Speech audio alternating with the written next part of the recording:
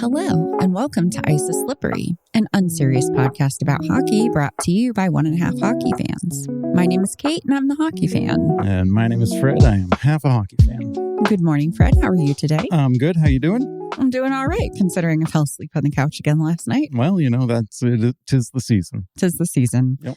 Yes, I stayed up a little bit too late watching hockey and writing podcast outlines. And Nice.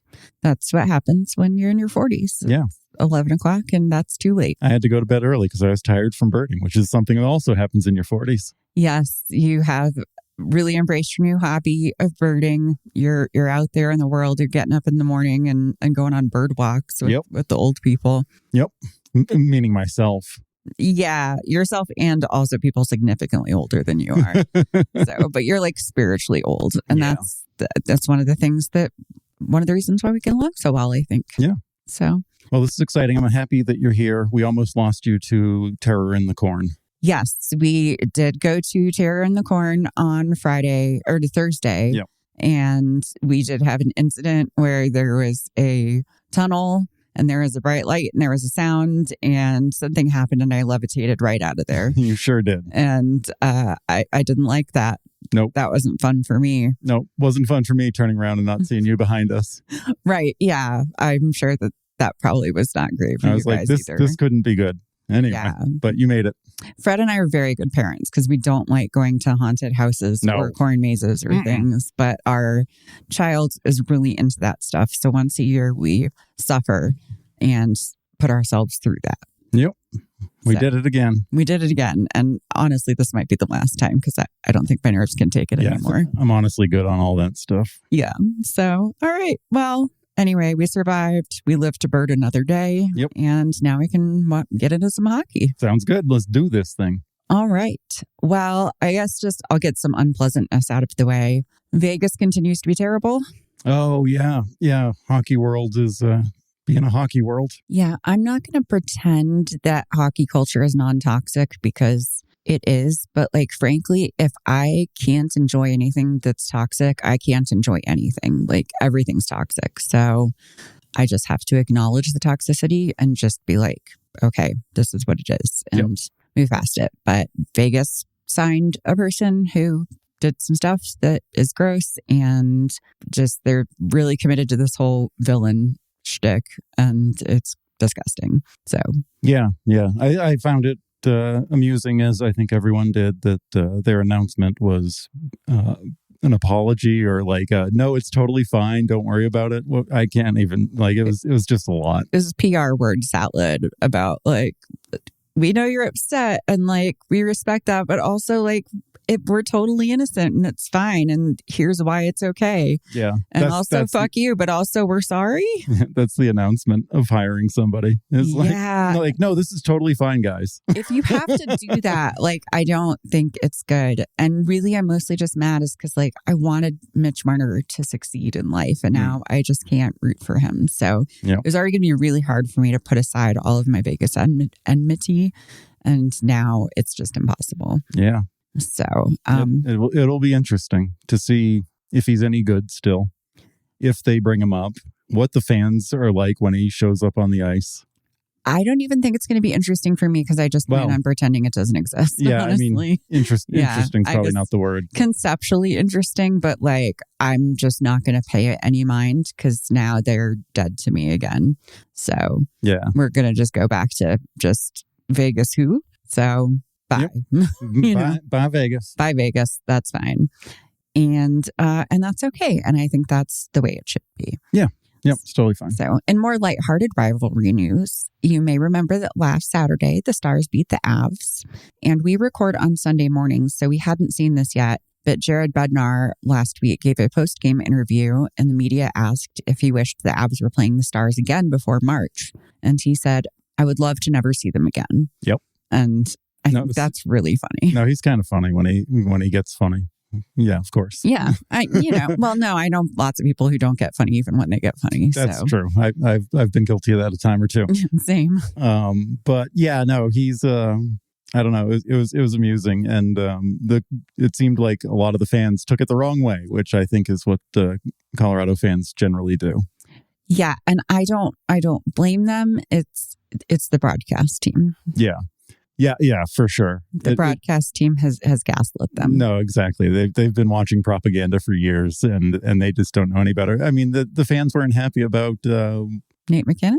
Yeah, Nate McKinnon, when he said they don't know what a good power play looks like. Yeah. Mm-hmm. And he's right. Like, that was a good looking power play. So and they lost their minds over that. So yeah, they're the people that we live around.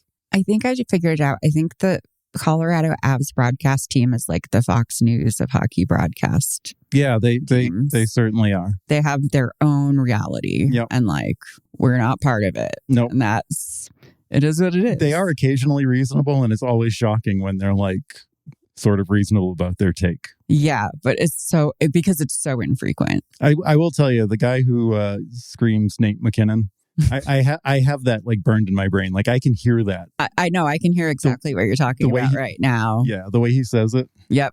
Nope. I can't unhear it. It's burned in there. Yep. So, yep. Yeah. I will say their social media people are okay. Social media people are great. Yeah. Good for them. The broadcast team is just terrifying, though. Yeah. Bednar was not the only coach to get unfiltered this week. Last night, Ryan Morsofsky, the Sharks coach, said, "I'd give up one of my children for a fucking win." Wow. So, yikes. Yeah, I mean, that's also funny. It is funny, but like, I'm sure people were. I heard it, and like it didn't sound joking the way he delivered it. Like, he sounded a little desperate. So, yeah, you'd think they'd be having a little bit more success already. Yeah, they're definitely still struggling a little bit, but everyone thinks that they're just trying to have one more really bad season so they can get another number one draft pick. And then next year, really, it's starting again, guys. We promise. Rebuild begins next year. Yes. I do love the Sharks, but they took a very comical too many men penalty this week where they had 8 players on the ice at the same time. Yeah, that's one that's hard to see sometimes from watching on TV. But like, that one was just... It was like a clown car, or the reverse clown car. Yeah, exactly. Where it was just like... They're getting into the car. Yeah, there were just so many of them. Yeah. So I think that they might be taking the friendship and bonding thing a little bit too far, because like, you guys have to be separated sometimes. They're buddy system. There are rules. Yeah. It's like how Toronto plays defense. Exactly. The Sharks do still appear to be going for like the Vibes Cup, though. Yep. They had their team Halloween party early because of their upcoming road schedule not allowing them to do it at the time, which is the fact that somebody's like looking ahead and being like, "Oh no, our party schedule isn't going to line up. Let's do it 2 weeks early," is crazy to me. Yep. I can barely get things together on time as it is. Will Smith and Macklin Celebrity once again did couples costumes. Of course. Last year they were in lederhosen and carrying around a teammate's baby, and everyone's like, "What the fuck?"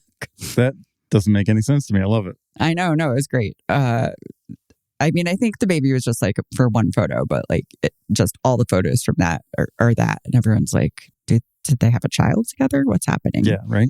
This year, they were Lloyd and Harry from Dumb and Dumber, and they wore the cheapest costumes you can possibly imagine. Mm-hmm. The orange and blue suits from the movie. And they posted a TikTok where they're, lip syncing a scene from the movie. But the biggest thing was that Will Smith has changed the name of his TikTok account, because this was from Will Smith's personal TikTok account, not the Sharks one. And he's changed the name of his Will Smith TikTok hockey account to his initials and Macklin Celebrity's initials. Love it. Yeah.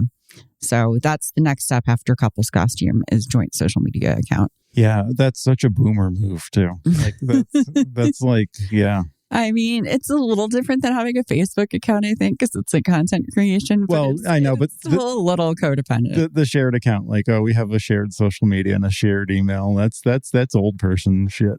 I mean, it's just they've been together for 50 years, and I think that that's really nice for them. Yeah, yeah.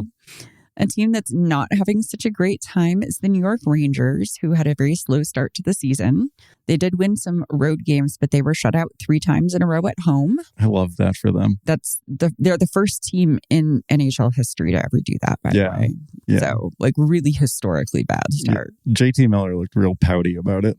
Oh, he says it's totally fine and that like people are overreacting. So I guess that's some of the emotional maturity that he's talking about. That's a true captain right there. Yeah. He's like, no, it's cool. Like we've had 5 games and like I've seen some good stuff in some of them. Yep. So, meanwhile, Mika Zibanejad gave an interview where he said, I don't know whether to laugh or cry.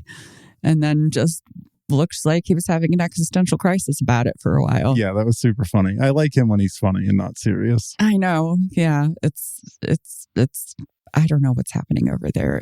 The vibes are bad. The vibes are bad, but I think we were talking last night. They do seem to be having a lot more fun or something with No, the Islanders are having more fun. I get those 2 boring teams confused. Yes. No, there's the boring and toxic one, and then there's the boring and newly fun one. Right. Because Lou's gone. Lou's gone and party time. Yeah, no, they've been having some more fun social media stuff. It's also because Matthew Schaefer's there now. Yeah, exactly. And it came out that everybody on the team wanted him to live with them.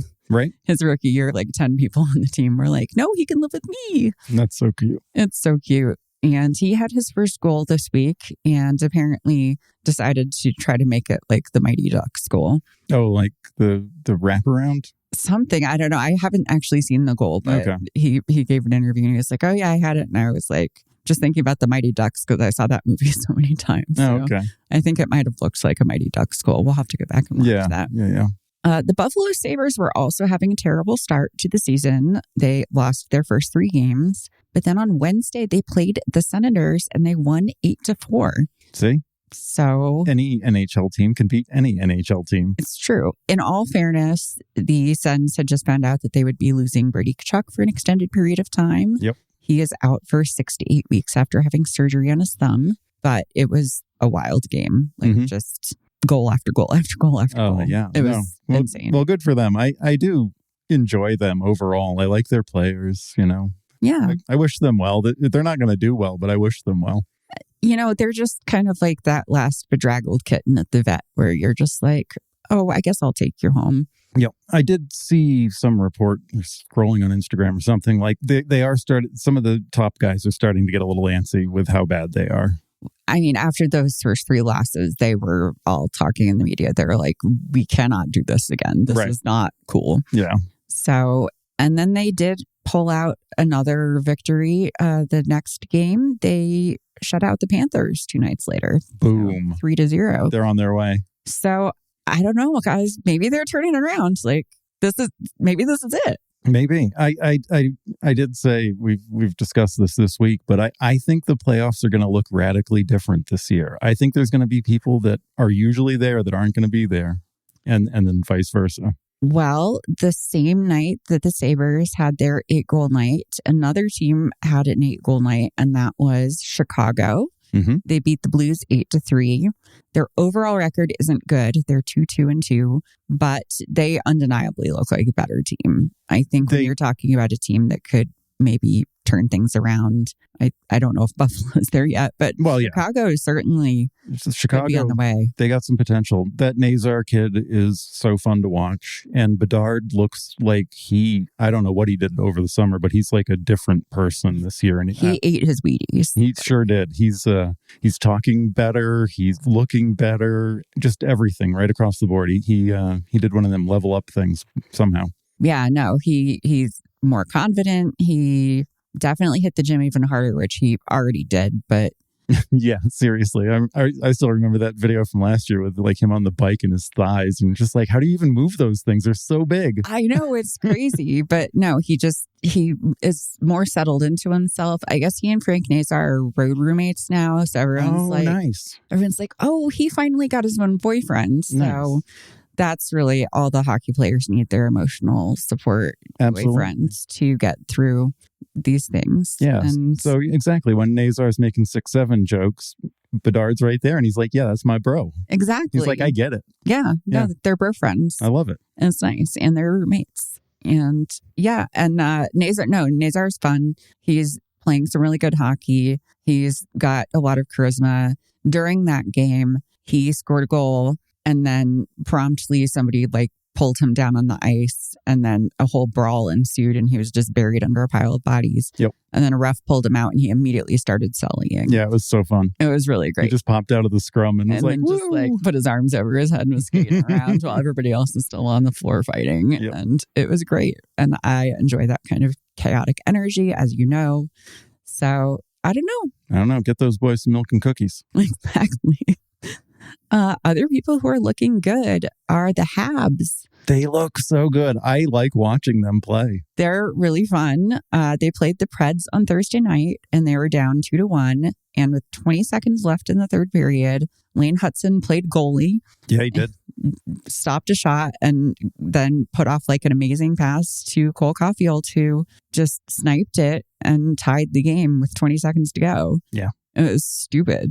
Caulfield looks so good this year. And he looked great last year. And that was like his second OT game winner in a row, I think, because I think he had one against the Kraken like a few nights earlier. Yeah, right. So, right. Yeah, which was also a sick goal. Mm-hmm. And so they're just like, I don't know, doing crazy shit and like looking real fun and having a good time. Yep. And then, that was just the game tying goal, actually, was that one. Right. And then it went to OT, and then he had the OT winning goal there. Which was also a sick goal. And that one tied him for the franchise record for most OT goals. Nice. And he's quite young. I have a feeling he's going to get a lot more. Yeah. So no, that team's on their way. And I think I heard, I don't know, the GM or somebody, they're like, what's the goal for this year? And they're like, oh, playoffs. We'd like to get there. Yeah. No. Like they're not looking Stanley Cup, and that's cool. They're just like, no, we just want to do that.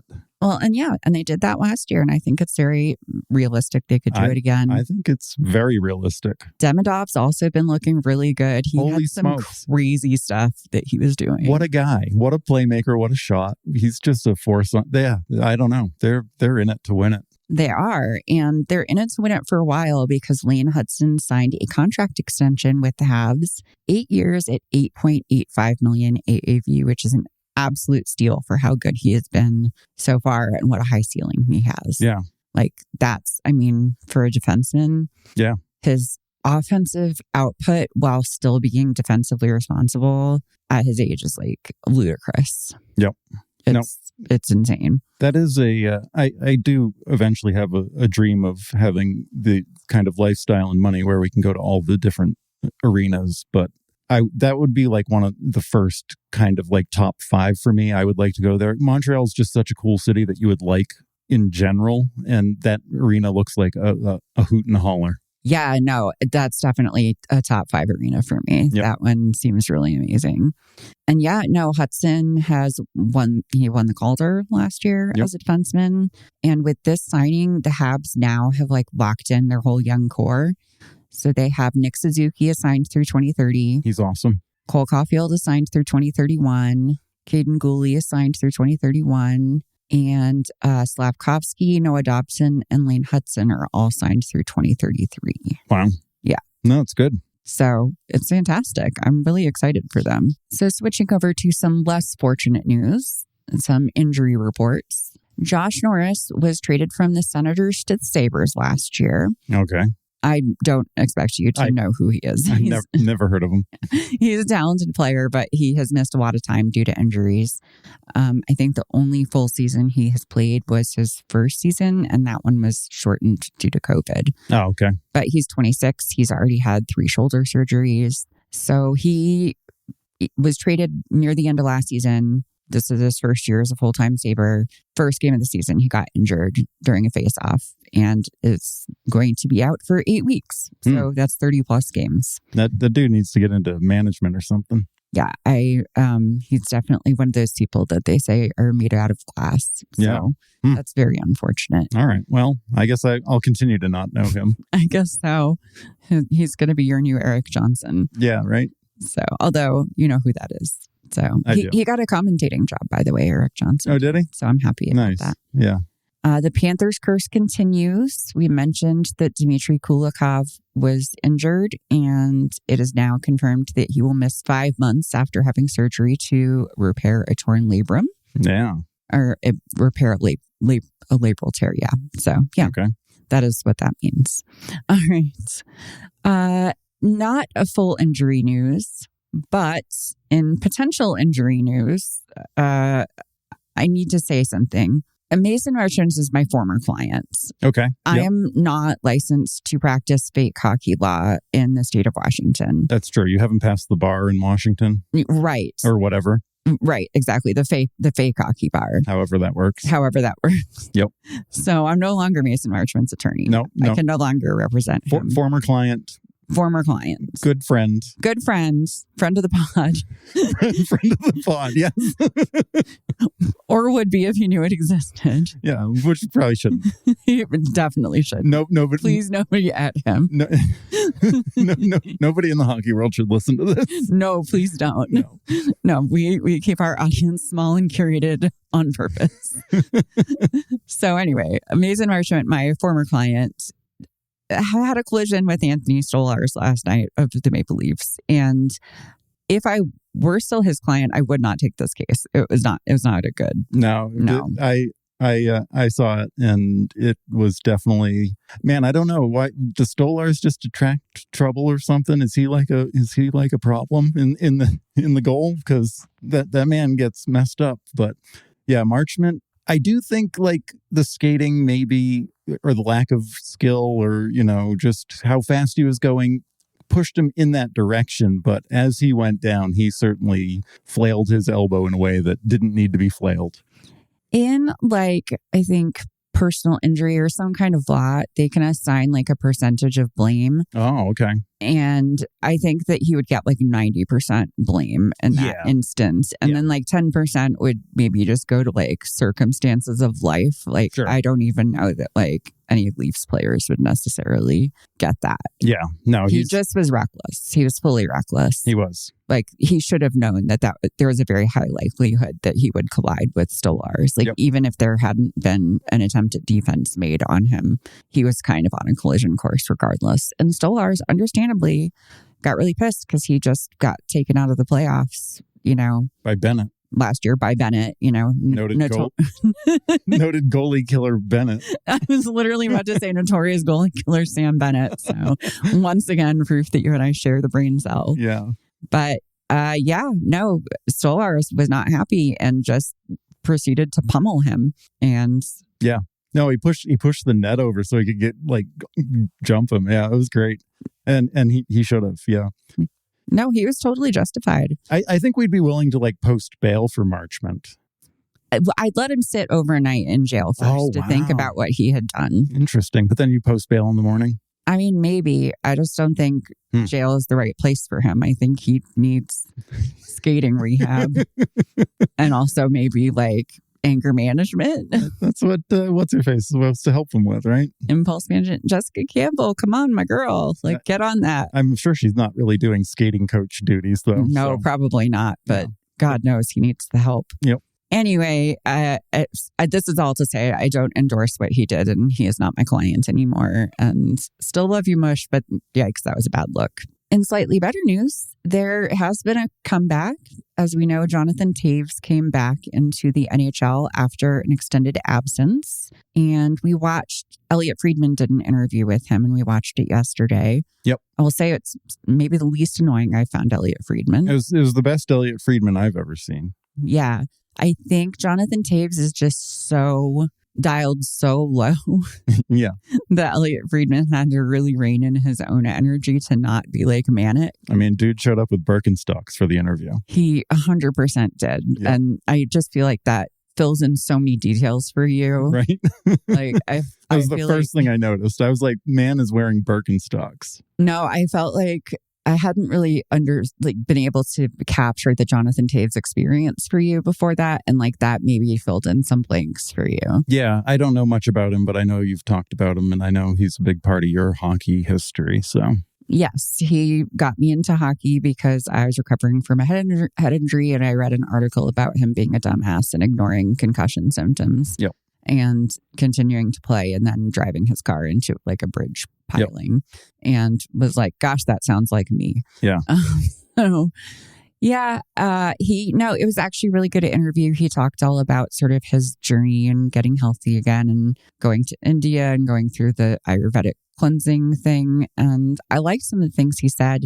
A lot of basically him coming back was him sort of dealing with all of his shit, which is kind of good because, you know, as much as he is part of my hockey journey, he's had some problematic issues too. Yep. He was the captain of the Blackhawks during the Kyle Beach situation. He did not handle it great. I will say too that he was like a 21-year-old, 22-year-old guy. Yeah, right. In a sort of different era. Which they kind of touched on too, saying it's not kind of cool to do that to somebody at that age. Yeah, well, I mean, at the time, yeah, during that, he was like saying that taking on all of that responsibility as a captain that young, he didn't really get to sort of grow naturally. He kind of took on that mantle.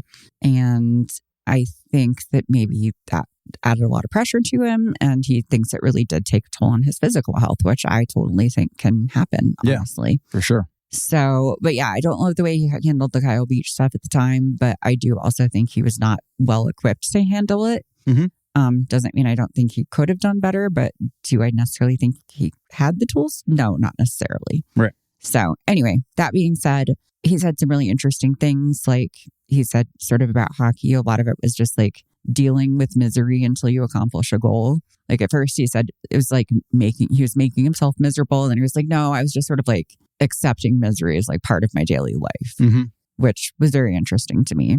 And then also on the Ayurvedic treatment, he said that you have to be open-minded or desperate to go that far. And I thought that was really telling because like as somebody who's dealt with chronic illnesses, like I relate to that desperation aspect a whole lot. So I don't know. I thought it was very candid. I thought he was honestly pretty in touch with his emotions for somebody who has the craziest eyes in hockey. Yeah. And I don't know. I really liked it. I thought it was worth a watch. It was good. I enjoyed it. I don't know much about him other than the storyline that I know of him coming back and you knowing him and being important to you. So, yeah, cool. Yeah. No, I found it interesting and relatable. I still don't know about that throwing the baby out with the bathwater thing. I don't think that made a whole lot of sense. No, I don't think he graduated from college. He did go to college, so he had a leg up. All right, good deal. And then in like definitely the opposite of injured and retiring news, Jaromir Jagr, he's 53 and he just started his 38th season in professional hockey. That's pretty wild. It's crazy. Yep. So the man is ageless. Yeah. He'll never stop. Good for him. I think that's all their dreams, honestly. Yeah. They never want to stop playing. No, just play as long as you can. Yeah.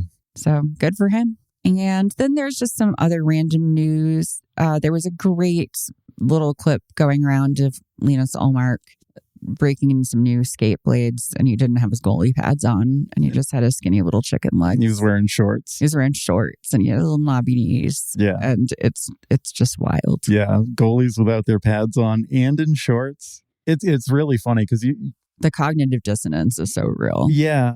Before I knew anything about hockey, I always assumed like, goalies were probably like sumo wrestlers, like just massive dudes that like covered the net, but they're not. It's their pads, and it's pretty funny. Yeah. And he was on the couch with Colby Armstrong there, and that was a delightful interview. That dude's great. He's so wonderful and so charming, and he's huge with the pads on. Yeah, exactly. It's crazy. It's such a difference. Yeah, no, I do think that Swayman not having him in his life is a big loss. I think it's a disservice. Yeah. I think really Swayman's downward spiral can be directly linked to the loss of Ullmark. Absolutely. And I was on the Swayman train, but like I got off on some stop partway through the year last year. Yep. Nope, it's true. I was just like, nah, never mind. It's not him. You don't want to jam with him at the party anymore. Definitely not. Not like you'd go to a party unless there were birds there. Exactly. Bird party. And then the other big news of the week is that the Mammoth mascot was unveiled. Oh, yeah, that's right. Tusky.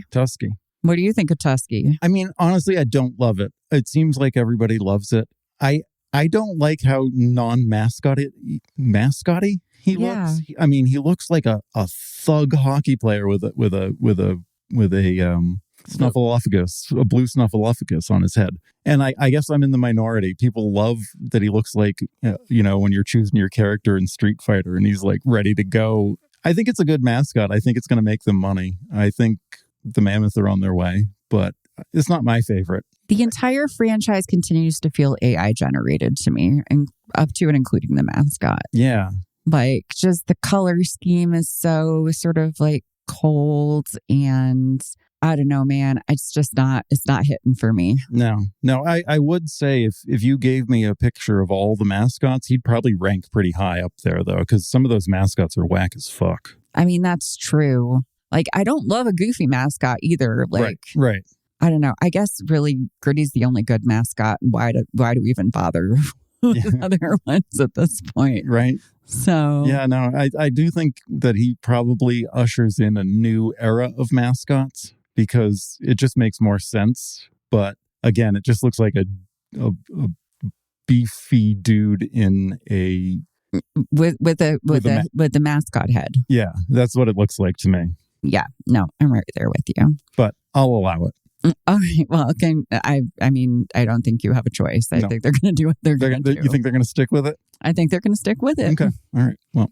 All right. Well, I think with this, we should switch over to our regularly scheduled hockey programming. Okay.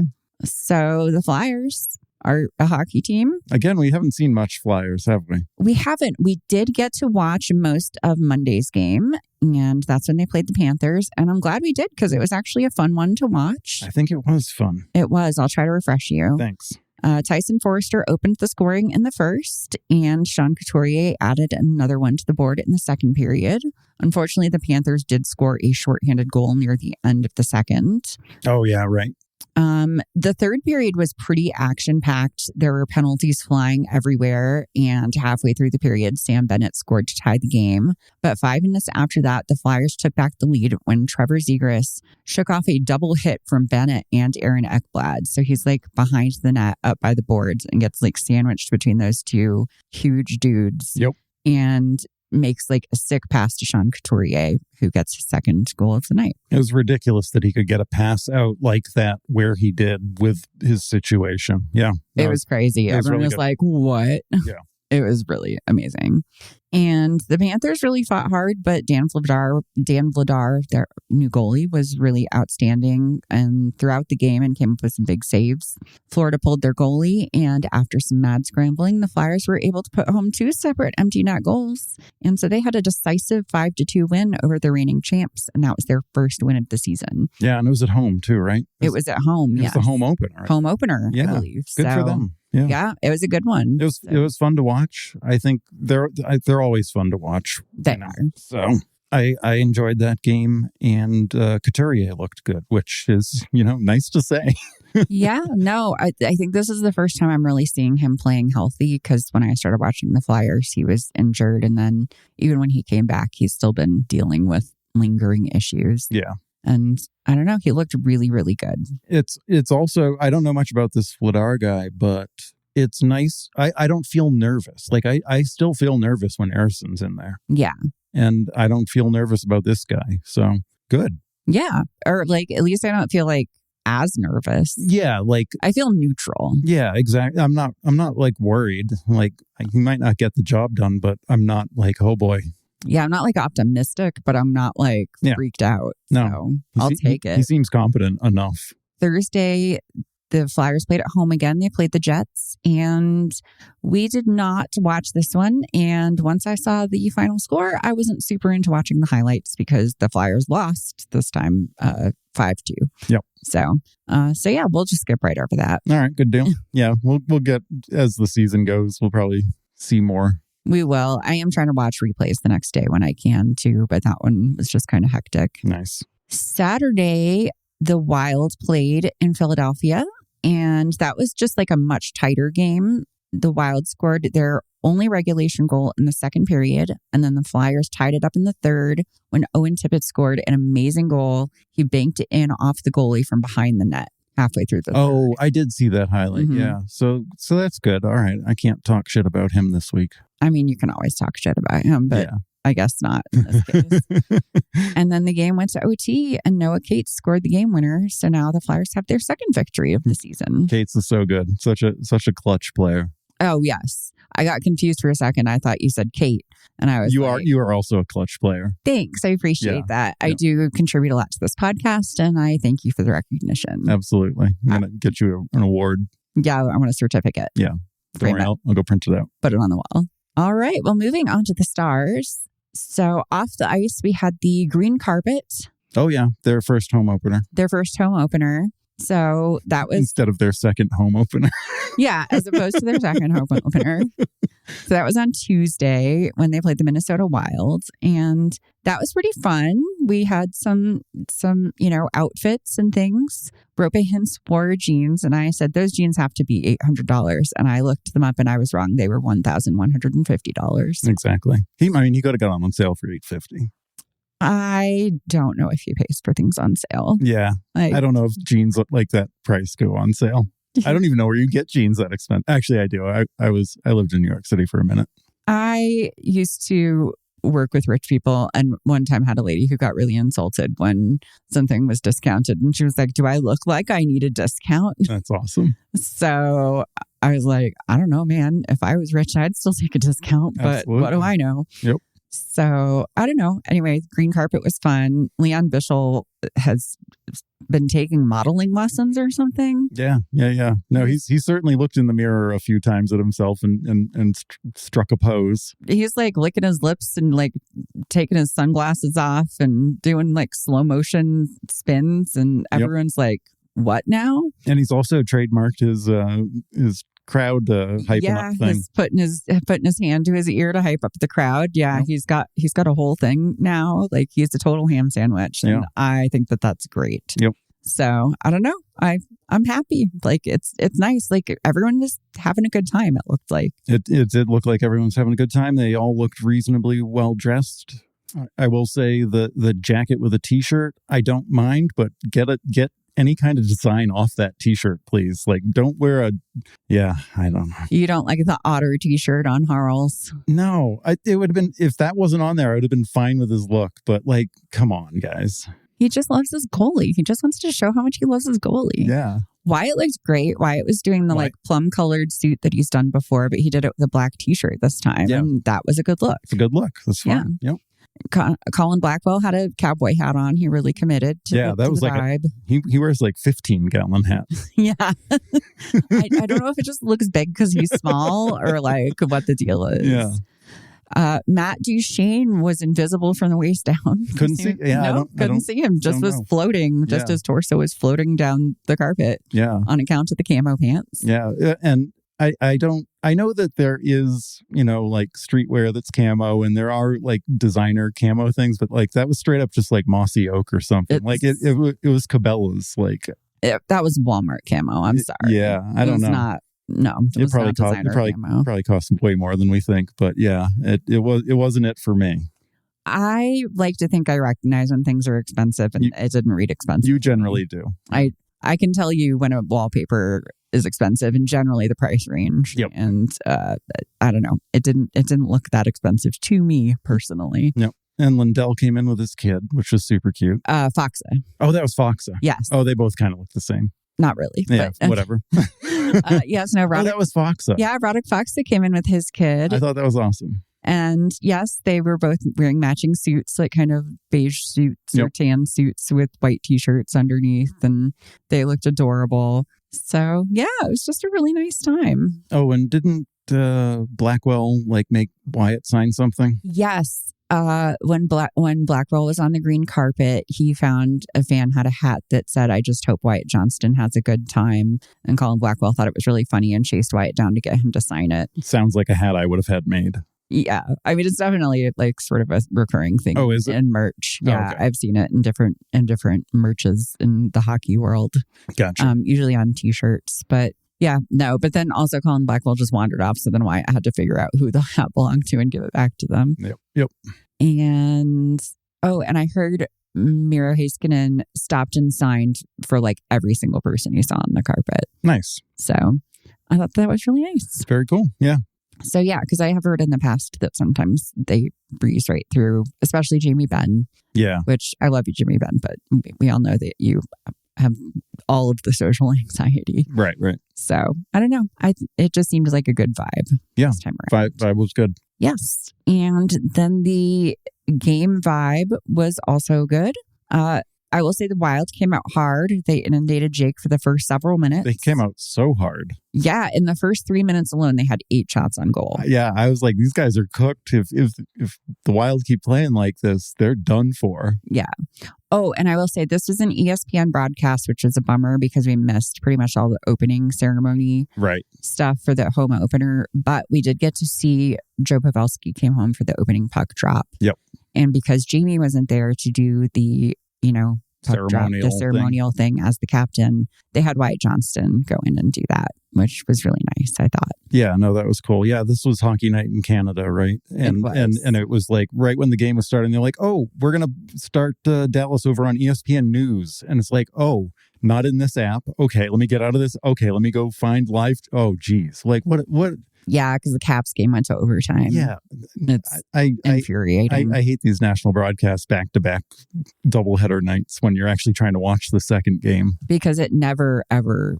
No, never. Starts on time. No, puck drop never happens then. No, even when the games don't go to overtime, which they often do. Right. It's so stupid. Yep. Anyway, the Wilds came out really hard. They're just peppering Jake, but he had some good saves. And then 6 minutes in, Roope Hintz got the puck and passed it to a perfectly placed Esa Lindell, who got us on the board first. And he and Roope celebrated by just screaming into each other's mouths. They just were very excited. Yeah. And directly in front of each other's mouths about it. And then with 4 minutes left in the period, the Stars went on a power play and Wyatt Johnston scored an absolutely filthy goal. The ESPN announcers were obsessed with it. Yeah, it was. It was cool. They described it as crispy, and one said he had fancy hands. Yeah. And even in the studio, when they cut to the studio after, during the intermission, they were like, I can't stop thinking about that goal. Yeah. So that was really nice to actually see the Stars getting props for something. Yeah, Wyatt's been crushing it. He's been so good. That was... I know that one power play, that one game against the Jets, I was like, oh boy, what is he doing out there? But he's certainly scoring a goal a game, so it's hard to complain about that. He's been doing really great. And near the end of the first period, the Wild had an interference penalty and the Stars went on the power play and they didn't have much time to do anything with it. But they did have plenty of time left at the start of the second. And that is when Matt Duchene put up the third goal of the night. And that one, he banked it in off the skate of a Wild player after a really cool passing sequence. Yeah. And yeah, the second period, the Stars looked a lot better. They had a lot more energy. At one point, Robo made this diving play to keep the puck going. And it was that's the kind of physicality stuff that Gulletson had been talking about. It's not just fighting and stuff. Right. He wants people to be going hard with the puck more, not just against the boards, but everywhere. And Robo was so noticeable this game, I thought. Yeah, I know I was anti-Robo. Yes. And then I was like, well, he's doing well this year, so I'm neutral Robo, but he's making an argument for pro Robo. He is. So... No, he's been doing very well. He's been doing very well. He's been looking good. He's been hustling. He's been physical. He's been just doing everything you want him to do. He's been sassy. Yep. Popping people in the mouth. Yep. I haven't seen him looking at the iPad too. Maybe Gulletson reduced his iPad time. That's probably what it is. Yeah. Yeah. He's got screen time limitations now, and it's really helped him regulate his moods. Yeah, exactly. He gets too lethargic after watching too much iPad. Listen, not unusual from what I understand. So there was a minute left in the second period and Justin Ritzkovian got a holding penalty. I'm not Justin Ritzkovian's attorney, so I won't make any statements as to his guilt or innocence. But I will say that if that was holding, and it definitely was holding, that the Wild player should be lucky, should feel lucky to be held by Ritzy. So yeah. Your argument's not going to hold up in court. I know that, but fine, because I'm not his attorney. And if I was, I wouldn't take that case because it was definitely holding. Yep. So sorry, not sorry. The third period, a few minutes in, Jake Middleton leveled Matt Duchene with an open ice hit. Mm-hmm. And Duchene ended up heading to the Stars bench and then went down the tunnel. And Alexander Petrovich immediately stood up to Middleton and bless him for trying. Yeah, Middleton's a big boy, right? Middleton's a big boy, and Petro got his ass handed to him. Yep. And honestly, it was a clean hit, Oh, yeah. But clean, hard hits deserve fights. That's what happens now. That it is. And here's the thing. I don't necessarily blame Petro because I don't know how good of a view he had of the whole thing. It looked like kind of a nasty hit if you didn't see sort of the origins of it. Like Matt Duchene was skating and he had his head down. And I don't know much about hockey, but you're not supposed to do that. That is kind of a rule. Yeah. So he really put himself in a bad situation there. I don't think Middleton, there wasn't really anything he could have done about that. Middleton's like, I have to hit you. Yeah, I mean, he was already going that way. Your head is down. This is my job. If anything, he did try to draw up on it a little bit. Yeah. So, I think Petro just kind of threw down, not really knowing what happened necessarily. But even if, regardless, and even if it is bad etiquette to go after somebody who did a good hit, after the Pete DeBoer regime of doing nothing, I would rather us do too much than not do anything. Regardless of even if it's a good hit, it hypes up the team and everyone loves it. So yeah, and after I'm sorry, we just let people break Rope's foot last year and ignored it. I mean, let the man throw some fists. It's not like there was any harm done. He lost, so right.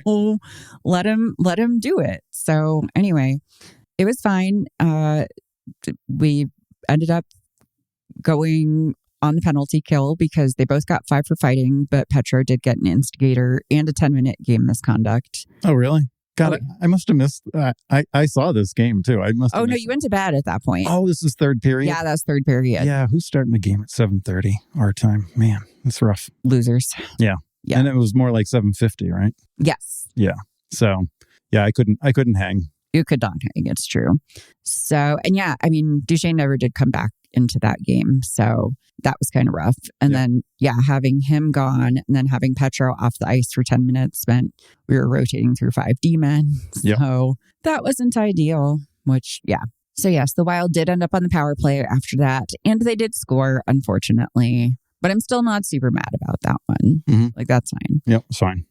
But then right after that, a whistle blew and Marcus Foligno was standing too close to the goal for Bichsel's liking. And Bish started wrestling him away. Mm-hmm. And I have noticed that the guys seem to be more protective of Jake this season in general. Yeah. And Bish in particular, it's like if a whistle blows and there's anybody near Jake, or if the whistle blows and they're still poking at the puck or anything, Bichsel is very physically reminding people to move back. Yeah. And I like that. It's like a part of that culture shift that's going on. Yeah, he's an usher. He is. Yeah, he's just very firmly reminding you to mind your business. Yep, I love it. Just keep moving. About 10 minutes after that, Colin Blackwell got a holding penalty and he was very spicy about it. And it was kind of a soft penalty. Okay. So the Wild scored on that power play too. And that took the game to 3-2. And Colin Blackwell was very displeased. And that really gave the Wild some more life. Okay. So to their credit, though, the Stars really locked in. They didn't crumble or fall apart, which is what I feel like they might have done last season. Yeah, they sometimes do that. In that situation. So they really held it down. Otter came up huge and had some really good saves. And then with a little over 2 minutes left to go, the Wild pulled their goalie. And then Roderick Fox scored what was actually a pretty sick empty net goal off a pass from Robo at the half wall. The Wild pulled Gustafsson again, but then we scored another empty net goal with 10 seconds left. Wyatt kind of chipped the puck ahead, and it would have gone into the goal, but it was starting to slow down, and a Wild player was catching up to it. So Rope just kind of pushed it home just to make sure. Yep. So, which again was good. Not just I must let my teammates score the goal. Right. Let me make sure this actually happens. Yeah. So I don't know, just more follow through than I'm used to seeing from the Stars. Yeah, they do seem to have a little bit more grit, a little bit more determination in the way that they're playing. Yes. A little bit more relentlessness. Or at least that was the case through Tuesday. Indeed. Thursday, we didn't watch this one live because we were getting terrorized in a corn maze. Yep. I was levitating. It was fine. I am going to be okay. We started our backup goalie in this one, who we call on this podcast, in case you're new, we call our backup goalie Nottinger, because he's not Ottinger. And I think that's just because they're trying to balance Jake's workload a little better this year, especially with the Olympics happening. I did watch the replay, though, and Razor said up top that Nottinger had never had a regulation loss against the Canucks. So I'm sure everything's going to be fine and great. Yeah, they certainly don't jinx anything at the start of the broadcast ever. Never. Nope.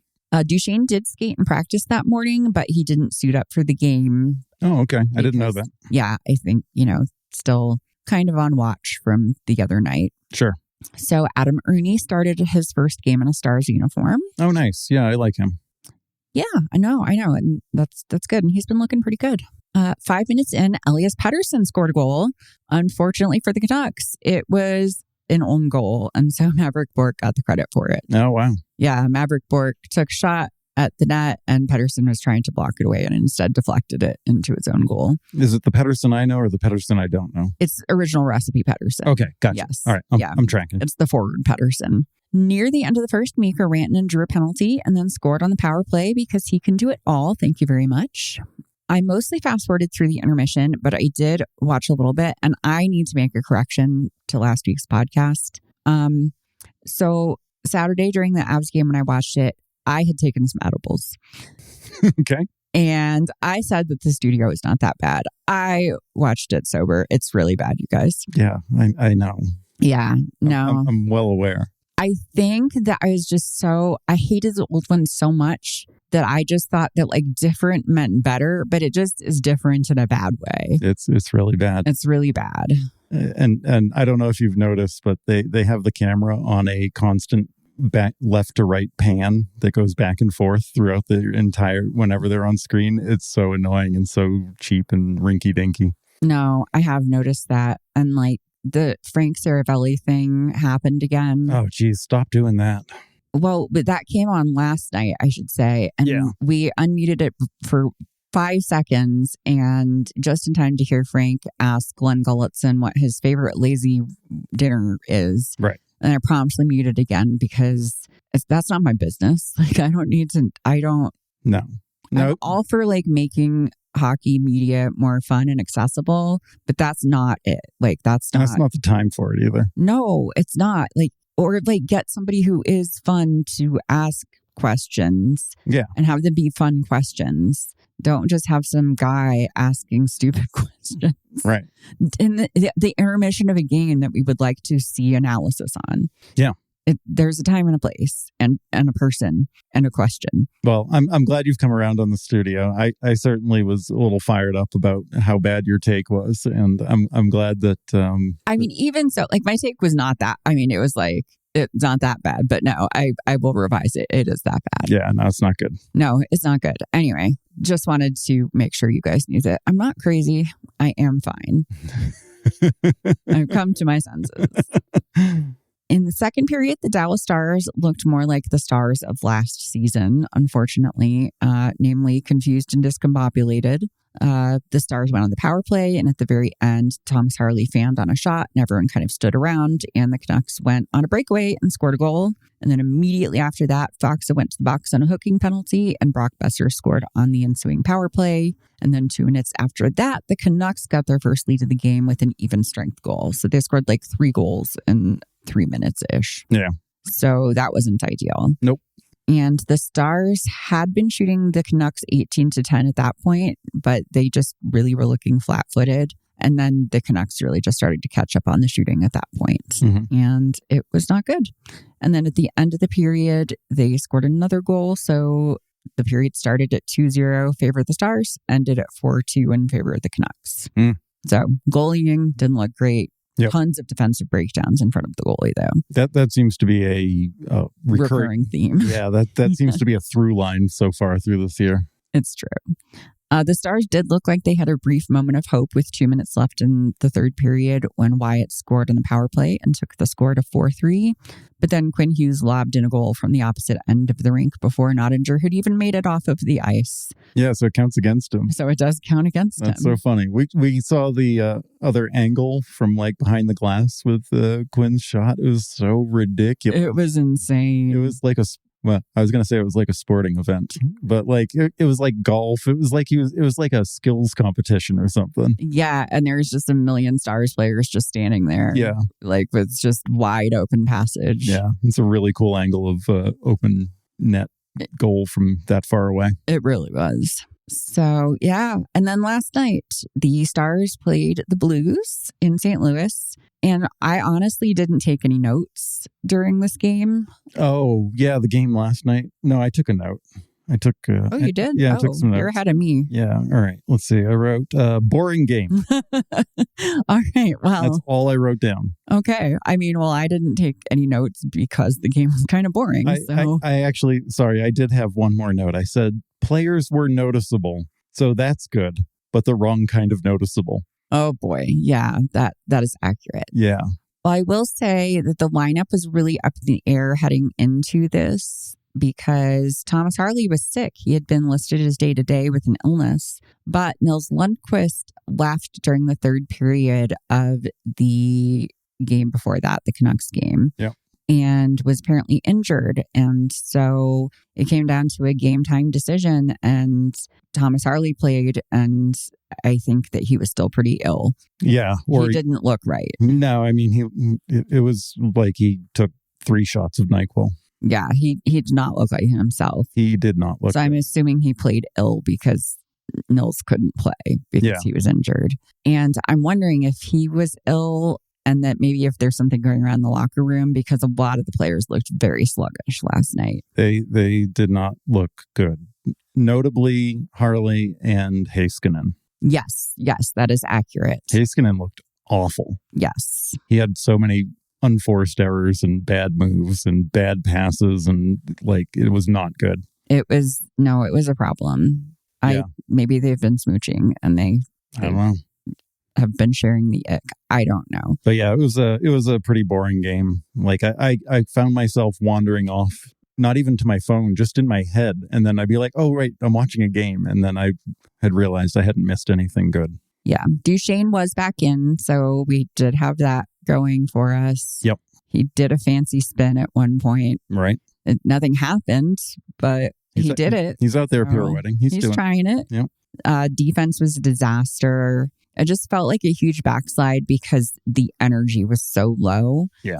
And I'm trying to give them the benefit of the doubt because I do think maybe there is an illness going around. Yeah. But neither team scored in the first period. St. Louis scored twice in the second. Honestly, things could have been worse all game, but Jake once again really kind of stepped up and held us in it. St. Louis looked pretty good. They really did. Yeah.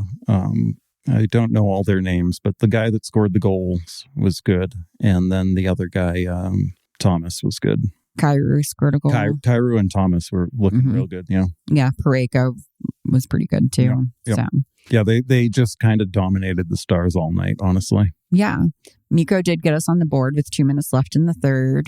But then, again, I said at one point, pretty early in the third, I think that it didn't feel like we were going to make a comeback because we just didn't have enough urgency to make it happen, like enough energy. Yeah.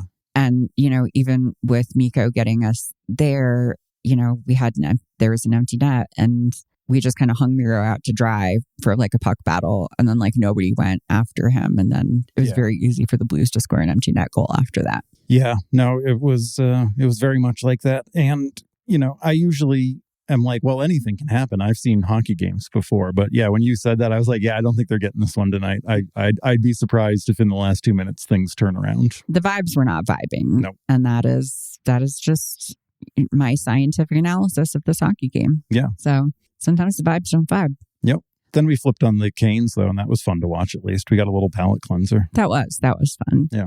But yeah, I don't know. It hasn't been a good last couple of games, but I'm not stressing too hard yet. It's still very, very early in the season. I'm not going to start dooming at this point. Oh, yeah. Why would you? Well, because everybody else does. No, don't do what everyone else does. Yeah. No. I never do. I was complaining about this team at this point last season. Right. So yeah. When they were still doing really well. So, I'm going to just do what I want. And I do still have belief. I think that they're still just figuring some things out. And they are. You were saying all the line change flip-flop stuff Goldson's doing might be kind of seems to be affecting chemistry or something. I wonder if that's part of it. A lot of the things last night just looked like people didn't know where other people were going to be. Yeah. Especially on the defensive end, people were just sliding around and not picking people up. And I think the defensive change coupled with the pretty frequent offensive line rotations. Yeah, anytime anyone breaks the stick, Miko goes on the ice. At one point, he had like a 3-minute and 42-second shift last night. Like, he can't do it all. I know he's a moose, but he's only a man. Yeah.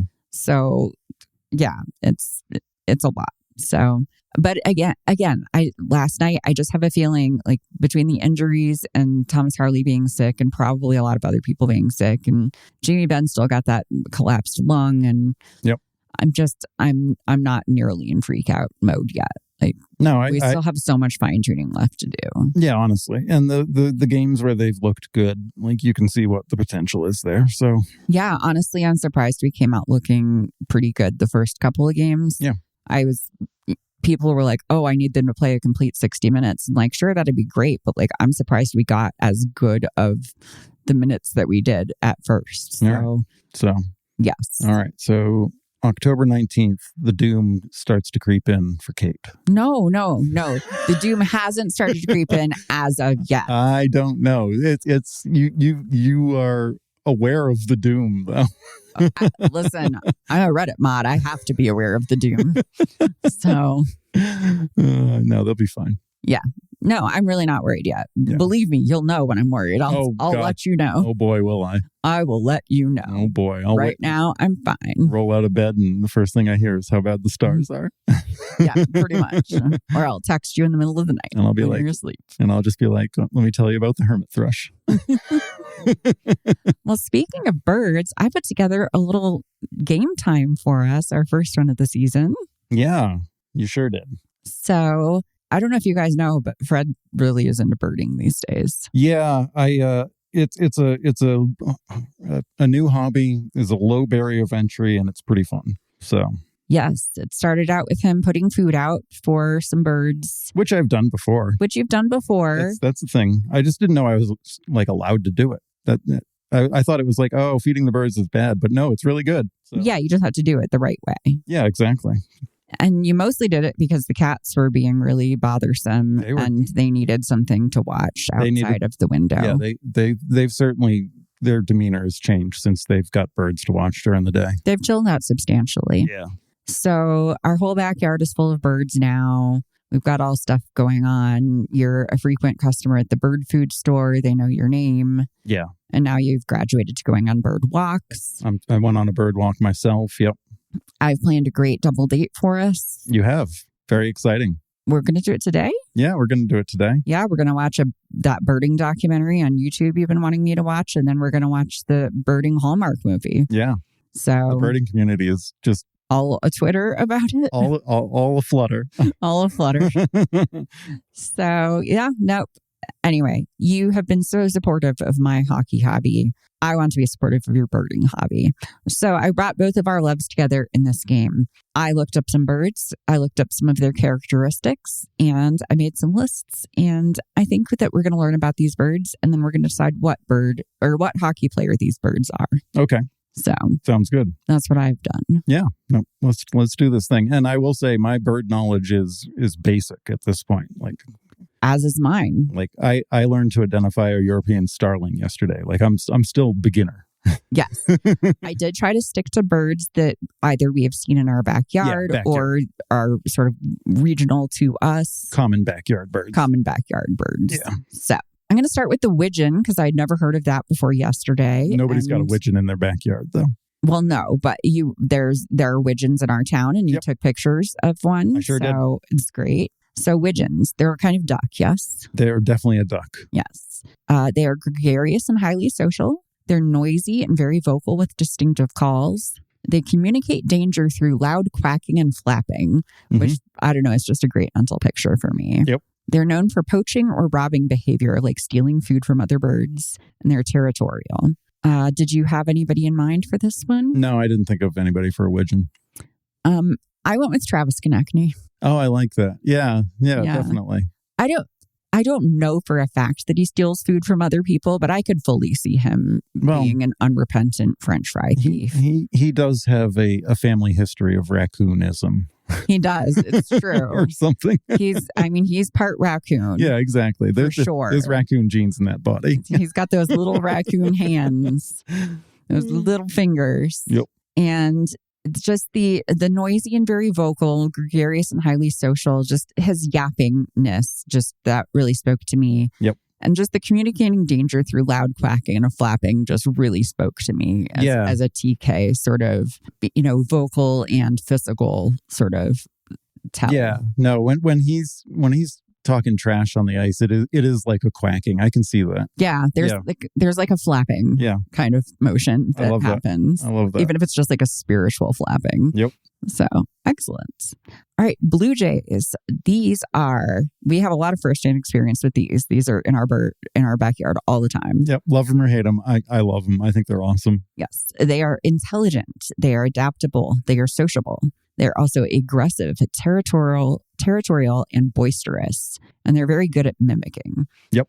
So we have one that likes to be a red tail talk. Mm-hmm. So Fred will get excited sometimes, and then he's like, "Oh, it's just a blue jay." Yep. Yeah. Did you have somebody in mind for this one? I feel like a lot of star players could fit the blue jay profile, right? The flair, the intelligence, the agility, the darting movements, all that stuff. I ended up just settling on Bedard as a blue jay. I could see that. Yeah. I don't know. I feel like I feel Matthew Tkachuk went through my mind for a blue jay as well. Same. Yeah. I feel like any of those types that are just the guys have that blue jay energy. Bedard's kind of like dry, so he's like low key an asshole. I don't think people understand like how kind of much of an asshole he can be. Yeah. And like blue jays are assholes. Mm-hmm. They are really up there with the assholes of the bird world, and birds in general are assholes. That I have learned. Yeah, they're not nice. I really went along the same lines. I said Brad Marchand. Oh, very nice. Yeah. Yeah, because he has those things where it's like there's the charisma, but also just the... Yep. Oh, that's the thing we forgot to talk about is Brad Marchand's squabble with Rasmus Dahlin. Oh, when he jumped him? Yeah. Jeez. Dahlin cross-checked him in the back, and then Brad Marchand just went after him and jumped him on the ice, and then took his helmet and then ripped the straps off in the penalty box. Completely unnecessary. Classic Marchand behavior. Yep. So, all right, moving on to the American goldfinch. These are cheerful and sociable. They often appear lighthearted and unburdened, which must be nice. They're constantly active with a playful personality, and they're generally non-aggressive. Yep. I didn't do anything for this one. All right. I went with Cole Caulfield. Yeah. 1,000%. Yeah. I've heard Cole Caulfield referred to as like a golden retriever, but he's so small. Yeah. Like, I feel like golden retriever is usually like bigger man kind of energy. Yeah. He's got goldfinch energy. Yeah. Those American goldfinches are tiny, and they're super cute, and they're fun to watch. So yeah, I like Caulfield as a finch, or a goldfinch. Sorry, not a finch. Yeah. So I don't know. I liked that one, I thought. Yeah. No, love it. Next, we have woodpeckers. They're persistent and determined. They're focused and strategic. They're creative and resourceful. They're hardworking and resilient. Yeah. They're straight ahead. They do the work. They're just dialed in. Mm-hmm. What do you think? I didn't come up with anything for this either. I didn't necessarily stick to these, but we do overlap in a few spots. But I did think about it, and I couldn't come up with anybody because, yeah. Yeah. I went with Sidney Crosby for this one. Oh, I like that. Yeah. Just the like diligence. They are very diligent. They're workers out there. Yeah. Yeah. Like he's naturally talented, but like most of all, above everything else, he's diligent and he has a lot of routine. And if any hockey player is going to be able to like hang upside down and eat, it's going to be him. Absolutely. Right. I'm sure he probably does. Yeah. You got to keep Sid away from the suet. For sure.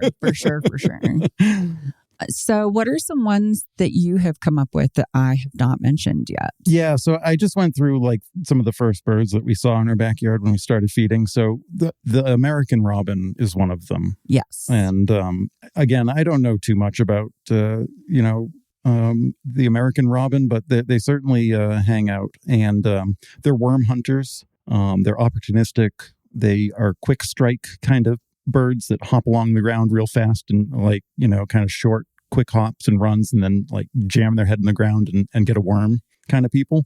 And so I went with Hyman. I could see that. Being that kind of like net front dirty goal kind of like worm guy. He's just out there hunting worms. Yeah. It's not pretty. No. But it's honest work. It's honest work. Absolutely. The American robin's an honest bird. Yeah. So yeah. Anyway, that was my take on that. I also, just because I love chickadees so much. Oh yes, the chickadees. I had to do a chickadee. So they're small. You've seen them. They're acrobatic. They're vocal. They're social. They hoard food. They're courageous for how little tiny guys they are. They're also kind of skittish, but they're also like high risk foragers. So I ended up with Marchand for the chickadee because he's tiny. He's got that kind of thing. He can work in small spaces. See, I hear that and I think Logan Stankoven. I have somebody else for Logan Stankoven. Oh, okay. I want to hear the Logan Stankoven bird. Yeah, so the Logan Stankoven bird, I went with the spotted towhee, which we have in our backyard. Okay. I'm still trying to get a picture of them because they're real hard to get a picture of. I don't know if you told me about the towhee yet. Yeah, so they're double scratching foragers. They're scrappers. They hop around backyards and they rake through like with their feet. They're always like digging and kicking up leaves and dirt with their feet. They dwell in thickets. They're very secretive. They have a striking appearance and they are territorial. So they're like these tough little under the radar guys that are just down on the ground scrapping and working. I like it. And they're real cool looking too. That sounds really fun. Yeah. You'll have to let me know when you find one. Yeah, there's one out in our bushes, but yeah. And then I also did a crow because we've got crow boys showing up now. And I felt like Barkov kind of fit that crow mentality. I could see that. I also had crows on my list. Okay. The characteristics I came up with for them are they're intelligent, mischievous, and social. They have strong family bonds. They're communicative. They're problem solvers, and they'll like use tools and adapt to their environments. They have exceptional memories, and they're creative and adaptable. Yeah. So who'd you pick? I picked Miko Rantanen. I could see Miko being a crow too. Yeah. I think they both have kind of, and Barkov and Miko kind of have a thing about them, right? We went with the Finnish leadership types. Yeah, for sure. They are like high hockey IQ. Yep. Kind of the physicality to back it up, but like they'd rather use the creativity rather than just like bludgeon you. But they'll bludgeon you if that's the right tool. Yeah, no, they certainly will. But they have other tools that they can use. Absolutely. Yeah. Did you have any other birds? No, that's all I came up with. I've got one more. What do we got? I have the Canada Goose. Oh yeah, sure. I am very familiar with them. I grew up with those assholes. I've become a lot more familiar with them since moving to Colorado. Yeah. And they are all over the place here. Yep. So they're loyal and family oriented. They are protective parents. They mate for life and they will guard over injured family members. They have defensive instincts. They become aggressive when they feel their territory, nest, or goslings are being attacked. So like they're not necessarily like aggressive unless they feel like. Yeah, but they feel that at the drop of a hat. Well, yes. And their attack behaviors, they will do things like charge you, they'll hiss, they'll flap, they'll honk to ward off perceived threats. Like they are vocal. You don't want to be on the other demonstrative. You do not want to be on the other end of a Canada Goose coming at you. Nope. Did you come up with anything for this? No, I didn't even think about them. I went with Lian Bichsel. Yeah, I like that. He's got that kind of that family, the rage from family mentality, right? Exactly. Like the protectiveness. Just the way he has been with Jake Ottinger so far this season, whenever anybody takes an extra poke at a puck or just breathes near him after a whistle, he's like, I must now honk at you. Right. Like, here I come. I am flapping my wings and aggressively and hissing. Yep. And I love that about him. Yeah. Yep. Lian Bichsel, part gorilla, part goose, all murder baby. Yep. And he's a silly goose too. He's a silly goose. And that's great too. Like with all of his showing off on the green carpet. Yep. So I don't know. It's just another reason why he's my favorite, I guess. Like I suddenly feel way more affectionate towards Canada Gooses. So yeah. Canada geese. Yeah. I'm a writer. Yeah. Well, yeah, this is fun. This is a good segue into our announcement of our new birding podcast. I did not agree to this, but you do this with me, so I guess it's the least I can do. No, it's a podcast about birding by 1.5 bird fans. Yeah, no, I like birding for how cozy and simple it is, and I don't need to like tell the world. Just you. I was gonna say. So does that mean I'm spared from the bird monologues? Sorry. I don't think I am. That's okay. Listen, I've been hockey monologuing at you for how long? Oh my God. It's fine. Yep. We can both just continue to subject each other to it, and that's marriage, everybody. Mm-hmm.